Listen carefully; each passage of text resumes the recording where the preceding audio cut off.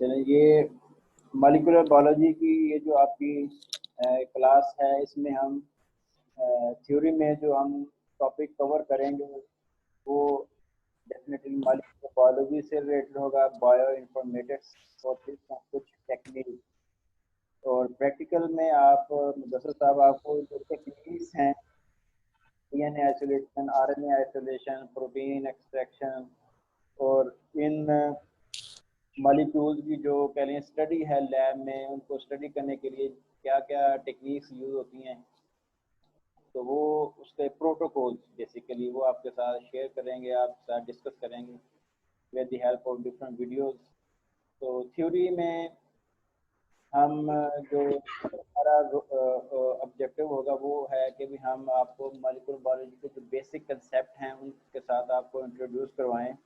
Bio informatics एक नई field है, इतनी भी नई नहीं लेकिन रिलेटिवली यंग फील्ड है, तो ये और बहुत इम्पोर्टेंट है। ये क्या होता है बायो इन्फॉर्मेटिक्स, इसमें क्या कुछ किया जा सकता है, उसके बारे में हम पढ़ेंगे। और कुछ टेक्निक्स की थ्योरी हम पढ़ेंगे फिर, ठीक है। तो सबसे पहले मॉलिक्यूलर बायोलॉजी, जैसे कि नाम से जाहिर है कि bio biology study of life at molecular level, ठीक है। तो लाइफ यूकैरियोटिक सेल भी हो सकते हैं, प्रोकैरियोटिक सेल भी हो सकते हैं। तो सेल के अंदर इन डेप्थ जो भी प्रोसेसेस हो रहे हैं उनको स्टडी किया जा चुका है बहुत हद तक। अब इनकी फर्दर इंटरेक्शन जो है उनको, that is active area of research. तो सेल चाहे बैक्टीरिया का हो या यूकैरियोटिक हो, बेसिक डिफरेंसेस तो वो आपको बायोलॉजी पढ़ के आए हैं आप, तो आपको आइडिया होगा कि एक के अंदर न्यूक्लियस होता है, एक में न्यूक्लियस नहीं होता, ठीक है।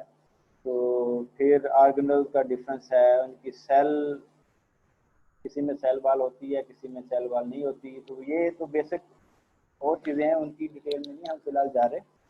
हम समझ लें कि हम सेल के अंदर हैं, हम सेल के को सेल के बाहर से नहीं हम देख रहे हैं हमको, ठीक है। तो सेल वाल, सेल मेम्ब्रेन में जो डिफरेंसेस हैं, that is not our objective.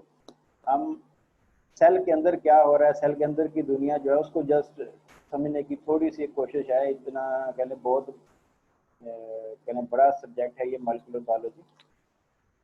तो सेल के अंदर जो मेजर मॉलिक्यूल्स हैं जिनको हम कहते हैं मैक्रो मॉलिक्यूल्स, तो ये होपफुली आपको स्क्रीन नज़र आ रही होगी, अगर नहीं आ रही तो ज़रा बताएं। तो अब सेल के अंदर जो सबसे इम्पोर्टेंट जो कह लें मैक्रो मॉलिक्यूल है वो है न्यूक्लिक एसिड।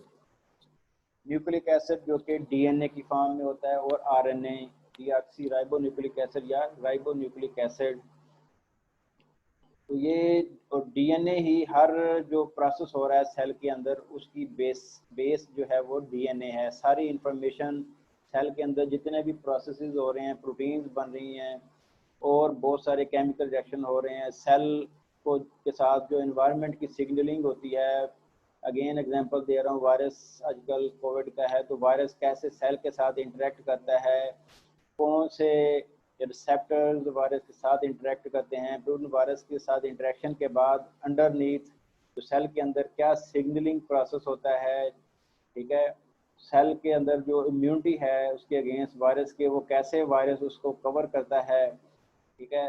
और उसके बाद वायरस कैसे सेल के ऊपर अपना कंट्रोल एक हासिल कर लेता है, उसको ओवरकम करके। क्योंकि नेचुरल डिफेंस तो है ही है, लेकिन जब वायरस इन्फेक्शन हो जाता है तो उसका मतलब है वायरस ने जो हमारा जो बेसिक डिफेंस है सेल के अंदर डिफेंस और बॉडी का डिफेंस, उसको उसने ब्रीच करके ही एक्सेस हासिल किया ना सेल तक पहुंचने में, और फिर सेल के अंदर जाके, ठीक है ना। डिफेंस सेल के बाहर भी है बहुत सारा, जैसे बैरियर बताए आपको, सेल हैं बहुत सारे जो जाकर वायरस को पकड़ते हैं, लेकिन सबको ब्रीच करके, सबको डिफीट करके वायरस जब सेल के साथ अटैच हो गया, अपने जो टारगेट सेल हैं जैसे हमारे लंग सेल हैं फर्ज करें, तो सेल के अंदर जब वायरस पेनिट्रेट कर जाता है तो उधर भी कुछ पहले डिफेंस मैकेनिज्म है, सेलुलर डिफेंस है।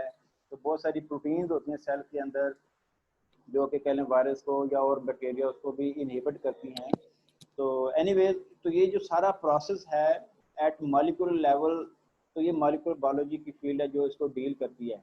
तो इस छोटे से कोर्स में हम इतनी डिटेल में तो नहीं पढ़ सकेंगे, लेकिन आपको जो बेसिक चीज़ें हैं उनके बारे में, उनका स्ट्रक्चर, उनके फंक्शंस, वो जब आपको समझ आएगी तो फिर आप ज़रा इन डेप्थ भी आप स्टडी कर सकते हैं। तो जैसा कि मैंने स्टार्ट में कहा कि बेसिक जो सबसे पहली क्वेश्चन है सेल की, और अल्टीमेटली ओवरऑल सारे ह्यूमन बॉडी की या एनिमल बॉडी की, वो किस में होती है? डीएनए में।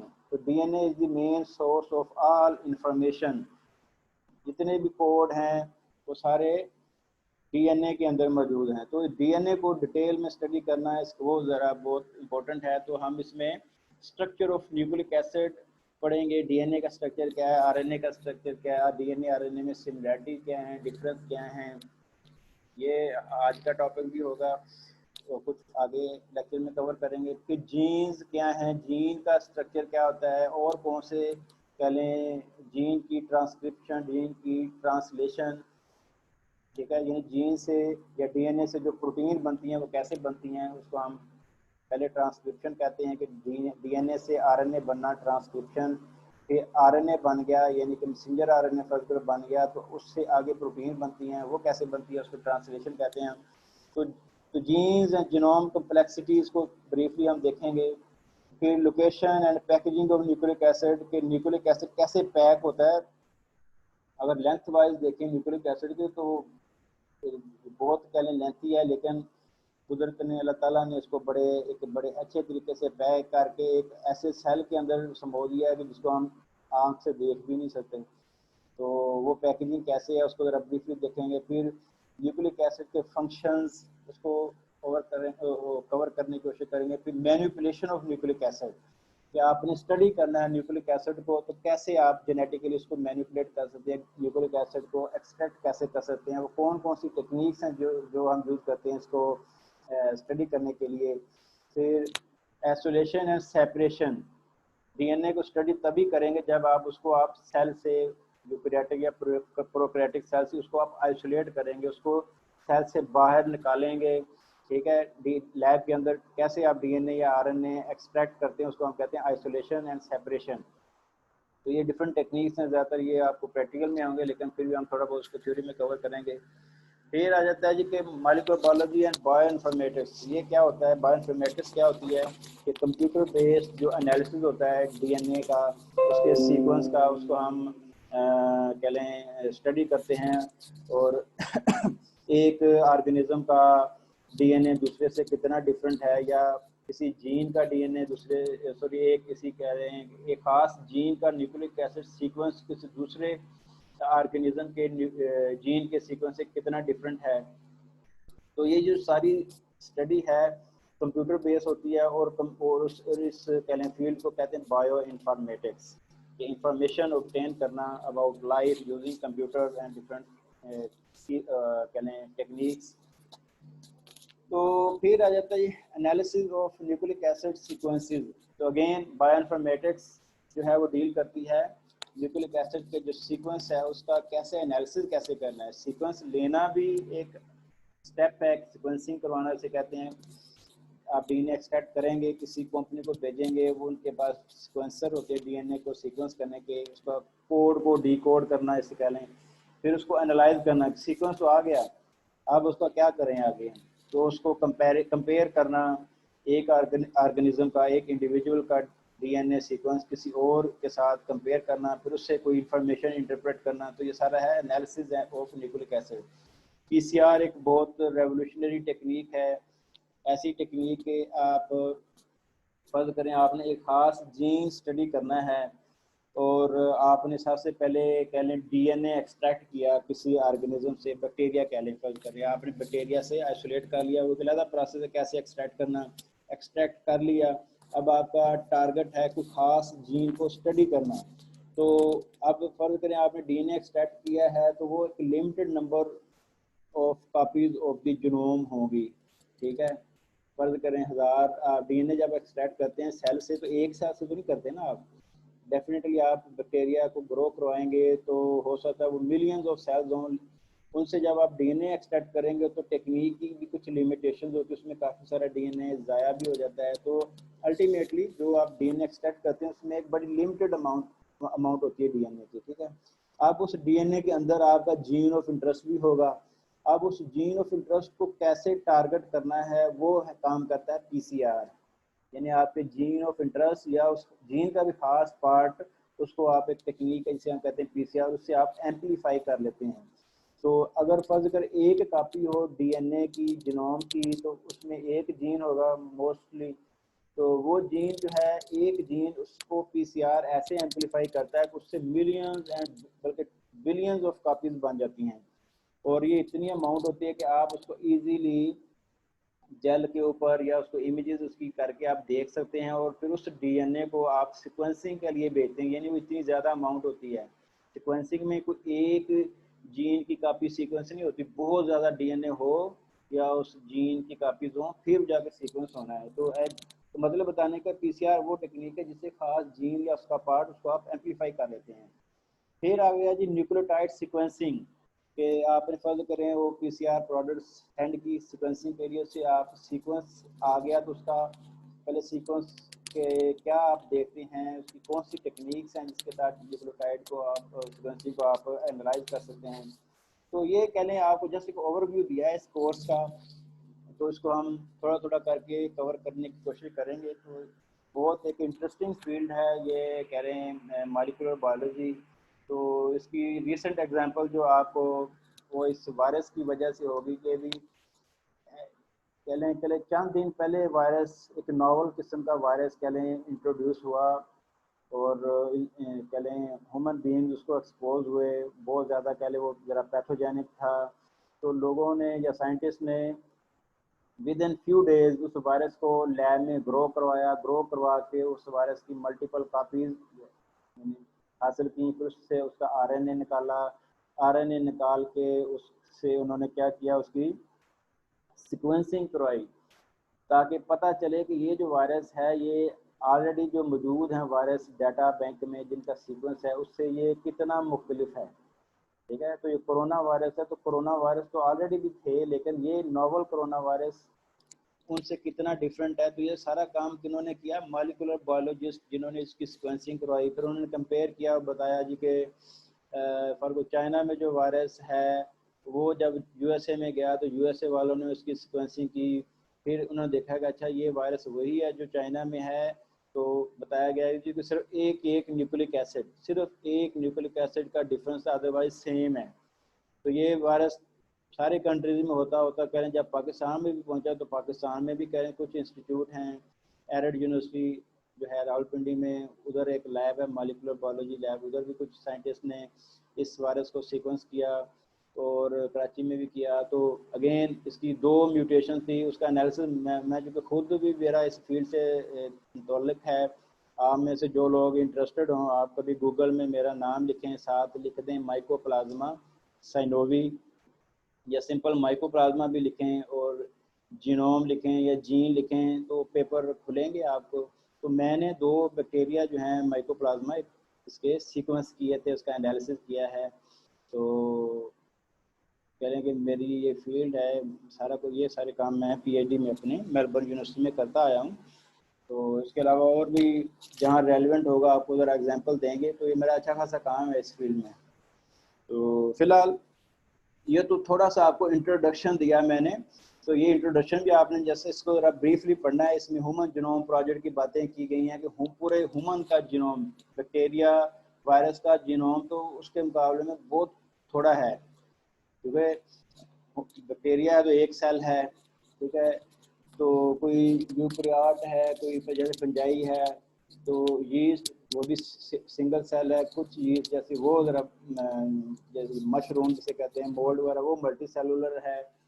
तो इस तरह के जो ऑर्गेनिज्म उनके कह लें number of cell as compare to human being बहुत थोड़े हैं, ठीक है। तो ह्यूमन का पूरा जीनोम उसको सीक्वेंस करना एक बहुत बड़ा प्रोजेक्ट था। तो मोस्ट प्रोबेबली मेरे ख्याल में HGP ह्यूमन जीनोम प्रोजेक्ट ये सीक्वेंस हो चुका है। तो अब जो इस फील्ड से रिलेटेड हैं वो उसको स्टडी करते हैं, फिर जब कोई डिजीज़ है उसका जेनेटिक बेसिस को स्टडी करना हो तो उसको फिर वो जाके चेक करते हैं कि इस इंडिविजुअल में ऐसी क्या चेंजेस हैं कि वो ये इसमें ये कोई जैसे कैंसर है, कैंसर भी म्यूटेशन होती हैं आपके सेल के अंदर, जिसकी वजह से वायरस आपका जो कह लें वो ख़ास किस्म के सेल जो है ग्रो करना शुरू हो जाते हैं। कैंसर ये होता है ना, एक अनकंट्रोल्ड ग्रोथ होती है सेल की।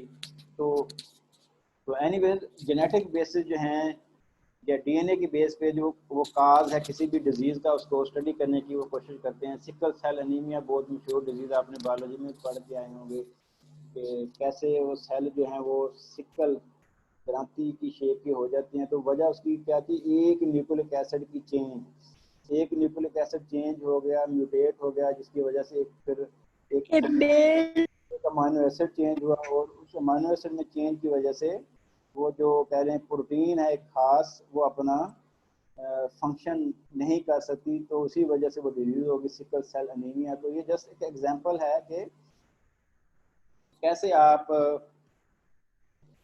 मॉलिक्यूलर बायोलॉजी की फील्ड को यूज करके आप अपना डिफरेंट ऑब्जेक्टिव अचीव कर सकते हैं। तो ये थोड़ा सा इंट्रोडक्शन, इसमें ह्यूमन जीनोम की बातें हैं। जीनोम क्या है कि genome is the full complement of DNA from an organism. एक ऑर्गेनिज्म, अगेन बैक्टीरिया की एग्जांपल ही रखें, छोटा है एक सेल, तो एक सेल के, बैक्टीरिया के सेल के अंदर जितना भी डीएनए है दैट इज जीनोम। तो बैक्टीरिया की सिंपल एग्जांपल याद रखें तो इसमें एक सर्कुलर क्रोमोसोम होगा जो कि न्यूक्लियस में भी नहीं होता। फिर इसमें क्या होते हैं, किसी किसी बैक्टीरिया में प्लाज्मेट्स होते हैं, उसको हम कहते हैं एक्स्ट्रा क्रोमोसोमल डीएनए। तो पहले बैक्टीरिया के अंदर बहुत एक सिंपल सा एक जीनोम है उसका। उसके मुकाबले में ह्यूमन में आ जाएं तो ह्यूमन में न्यूक्लियस है, न्यूक्लियस के अंदर डीएनए है। फिर उसके अलावा जो माइटोकॉन्ड्रिया होते हैं उनके अंदर भी जीनोम होता है, यानी उसको कहते हैं माइटोकॉन्ड्रियल जीनोम। प्लांट आ जाए तो उनमें प्लास्टिड्स होते हैं, माइटोकॉन्ड्रिया के साथ साथ प्लास्टिड्स भी होते हैं, तो उनमें भी जीनोम होता है। तो पहले यूकैरियोटिक सेल जो हैं उनमें जीनोम ज़्यादा कम्प्लेक्स है एज कम्पेयर टू प्रोकैरियोट। ठीक हो गया। तो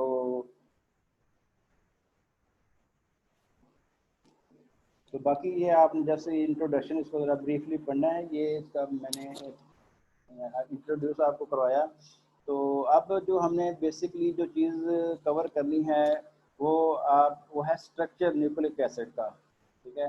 तो डीएनए जो है इसका एक प्राइमरी स्ट्रक्चर होता है, फिर सेकेंडरी स्ट्रक्चर होता है, और एक फिर टर्शियरी स्ट्रक्चर होता है। प्राइमरी स्ट्रक्चर यानी कि लीनियर फॉर्म समझ लें। सेकेंडरी स्ट्रक्चर वो वही जो लीनियर है, जैसे कि धागा हो, धागे को आप थोड़ा सा घुमा फिरा के रख दें मेज पे, तो वो उसका जो एक पहले पैटर्न बन रहा है अब आपके सामने, वो है उसका सेकेंडरी स्ट्रक्चर। तो वो बेसिकली वो जिग जैग फॉर्म में होता क्यों है कि वो उनके आपस में बॉन्ड डेवलप होते हैं, कोवलेंट बॉन्ड। तो इसको हम कहते हैं सेकेंडरी स्ट्रक्चर। और अगर बिल्कुल आप उसको जैसे वो एक धागा रैप किया होता है रफली, ठीक है, तो जब गोला बना दें उसको, तो जिसमें तो उसमें जो कोवलेंट बॉन्ड्स हैं वो और ज़्यादा कलें डेवलप होते हैं, और उसमें अब वो स्ट्रक्चर जो इस तरह का एक अरेंजमेंट हो जाती है, उसको हम कह देते हैं टर्शियरी स्ट्रक्चर। तो मैं फ़िलहाल स्क्रीन पे समझा नहीं सकता, वो आगे चल के आ जाएंगी डायग्राम। तो फिलहाल ऐसे याद रखना है कि डीएनए जो है उसका एक प्राइमरी स्ट्रक्चर होता है, फिर सेकेंडरी स्ट्रक्चर होता है। ऐसी प्रोटीन जो होते हैं उनका भी एक प्राइमरी स्ट्रक्चर होता है, सेकेंडरी फिर टर्शियरी। और डीएनए का टर्शियरी स्ट्रक्चर नहीं है, प्राइमरी और सेकेंडरी है। तो एनीवेज इसको हम जरा पढ़ते हैं। फिलहाल प्राइमरी स्ट्रक्चर क्या है न्यूक्लिक एसिड का, डीएनए या आरएनए। तो इसमें ज़रा ये एक इमेज आप सामने रखेंगे, और इसकी बेस पे मैं ये आपको ये कह लें आज का लेक्चर इसको कवर करने की कोशिश करूँगा इसको डिटेल में। फिर आपने ये जो थोड़ी सी डिस्क्रिप्शन इसको पढ़ेंगे तो आपको समझ भी आ जाएगी। तो सबसे पहले जैसे मैंने बताया कि डीएनए जो न्यूक्लिक एसिड है किसी भी सेल के अंदर, चाहे प्रोकैरियोट हो या यूकैरियोट हो, वो होता है या डीएनए होता है या आरएनए। डीएनए डीऑक्सीराइबोन्यूक्लिक एसिड और आरएनए राइबोन्यूक्लिक एसिड। तो इसके जो मेन इंग्रेडिएंट हैं या बिल्डिंग ब्लॉक है न्यूक्लिक एसिड का, वो उसको हम कहते हैं न्यूक्लियोटाइड्स। ठीक है। जो ईंटें हैं जिससे ये पहले डीएनए की इमारत बनी है या दीवार बनी है, वो क्या है, न्यूक्लियोटाइड्स हैं। तो अब न्यूक्लियोटाइड्स जो हैं उससे मिलता जुलता एक स्ट्रक्चर को हम कहते हैं न्यूक्लियोसाइड्स। दो टर्म्स बोली जाती हैं, न्यूक्लियोसाइड्स और न्यूक्लियोटाइड्स। तो माइनर सा फ़र्क है न्यूक्लियोसाइड और न्यूक्लियोटाइड्स में। वो क्या है कि जैसे आप स्क्रीन पे देख रहे हैं, न्यूक्लियोटाइड जो है इसका एक कंपोनेंट जिस पे ये मेरा कर्सर है, इसको हम कहते हैं नाइट्रोजनस बेस, नाइट्रोजन बेस। इसमें काफ़ी सारे नाइट्रोजन के कह लें एटम्स हैं, तो उसकी वजह से ये जो कह लें एक इसका रिंग है 6 मेंबर्ड रिंग, एक इसका रिंग है 5 मेंबर्ड रिंग। तो 6 और 5 मेंबर्ड रिंग फ्यूज होके और इसमें मल्टीपल नाइट्रोजन आइटम है, कार्बन आइटम भी हैं लेकिन मल्टीपल नाइट्रोजन है, तो इसलिए इसको नाइट्रोजनस बेस कहते हैं। और इसकी नाइट्रोजन बेस की आगे काफ़ी सारी टाइप्स हैं, बल्कि 5 टाइप्स हैं। तो उनका हम ज़रा बाद में जिक्र करते हैं। फिलहाल ऐसे याद रखें कि नाइट्रोजनस बेस है जो कि अटैच है कोवलेंटली विद ए शुगर। अब शुगर जो है उसकी भी बहुत सारी टाइप्स होती हैं। तो न्यूक्लिक एसिड के अंदर जो शुगर है उसको हम कहते हैं राइबोज शुगर, 5 कार्बन वाली शुगर। तो 1, 2, 3, 4 और 5, ये जो एक लाइन है ये शो करती है एक कार्बन आइटम को। तो 5 कार्बन आइटम वाली जो शुगर है उसको हम राइबोज कहते हैं या पेंटोज भी कहते हैं। 5 कार्बन वाली शुगर पेंटोज। तो अगर वो पेंटोज जो है हो न्यूक्लिक एसिड के अंदर तो उसको डीऑक्सी राइबोज कहते हैं। अगर आरएनए के अंदर हो तो उसको हम राइबोज शुगर कह देते हैं। तो ये ऑक्सी डीऑक्सी और राइबोज शुगर में क्या फ़र्क है, वो सिंपल अगर इस स्ट्रक्चर को देखें आप, तो इस राइबोज का ये जो 1, 2 नंबर कार्बन है वहाँ OH नहीं है, जबकि जो राइबोज शुगर है उसका ये OH उधर होता है। तो ये माइनर सा फ़र्क, डिटेल आपके उधर पढ़ेंगे। OH ना हो राइबोज शुगर में तो that is called deoxy ribose. तो ये तो फ़र्क बताया राइबोज और डीऑक्सी राइबोज को। लेकिन मेन चीज़ क्या है कि एक शुगर है राइबोज